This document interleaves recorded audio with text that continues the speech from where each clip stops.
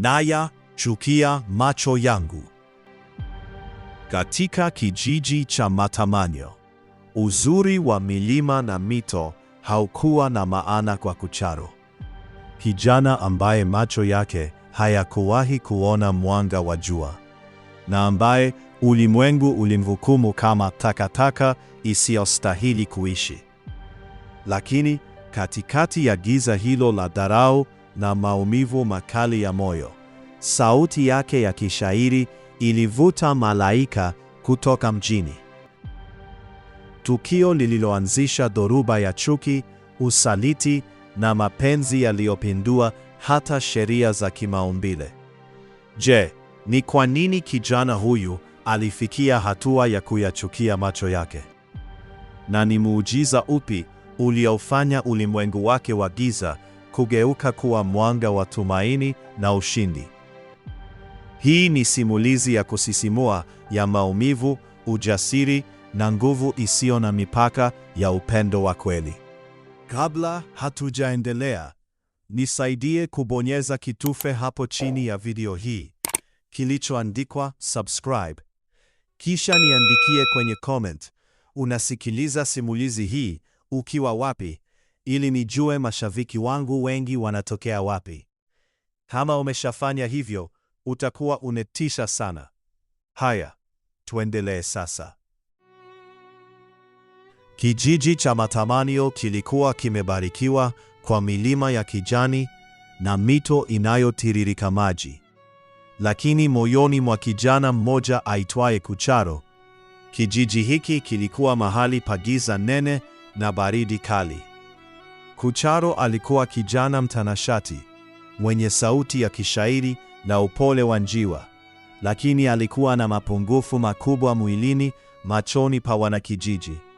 Alikuwa masikini wa kutupwa, na muhimu zaidi, alikuwa kipofu tangu kuzaliwa. Kila asubuhi, Kucharo alikaa chini ya mwembe uliokuwa katikati ya soko la kijiji, akipiga zeze lake la kienyeji na kuimba nyimbo zilizobeba majonzi ya moyo wake. Badala ya kufarijiwa, wengi walimcheka. Ona sasa, mzigo mwingine wa kijiji umeanza kupiga kelele, alihamaki bibi mmoja muuza mboga, huku akimrushia ganda la ndizi. Kucharo, macho yako hayana kazi, na mikono yako pia haina kazi. Unasubiri nini kufa? Walifyatuka vijana wa rika lake, huku wakimsukuma na kumwacha chini kwenye vumbi. Kucharo alipapasa chini, akitafuta zeze lake, huku machozi yasiyoona yakimtoka. Alishika kifua chake na kunong'ona kwa sauti ya kukata tamaa, nayachukia macho yangu. Kama yasingekuwa gizani, nisingekuwa takataka machoni pa ulimwengu huu. Siku moja, katikati ya vumbi na kelele za soko, gari la kifahari ambalo halijawahi kuonekana kijijini hapo lilisimama. Alishuka msichana mmoja mrembo kupindukia aitwaye Nuru. Nuru alikuwa Mageni, binti wa tajiri mkubwa wa jiji, ambaye alikuja kijijini hapo kupumzika baada ya kuchoka na fujo za mjini. Uzuri wa Nuru ulilemaza macho ya kila mwanaume kijijini. Ngozi yake ileteleza kama mafuta ya mawese, na tabasamu lake lilikuwa kama mwanga wa asubuhi. Vijana walijipanga kumpapikia, lakini Nuru hakuwajali. Hatua zake zilimpeleka moja kwa moja ambapo Kucharo alikuwa akijifuta vumbi, huku akianza kuimba wimbo mpya wa huzuni. Nayachukia sana macho yangu, yamekuwa chanzo cha mimi kuwa mavumbini tu. Thamani yangu ingebebwa na mboni zangu. Ona sasa hakuna tena chenye thamani kwenye mwili wangu. Nuru alisimama, akasikiliza sauti ya Kucharo. Haikuwa sauti tu, Ulikuwa ni wimbo uliopenya hadi ndani ya vilindi vya roho yake. Nuru alishuka magoti kwenye vumbi, akashika mikono ya Kucharo iliyokuwa ikitetemeka.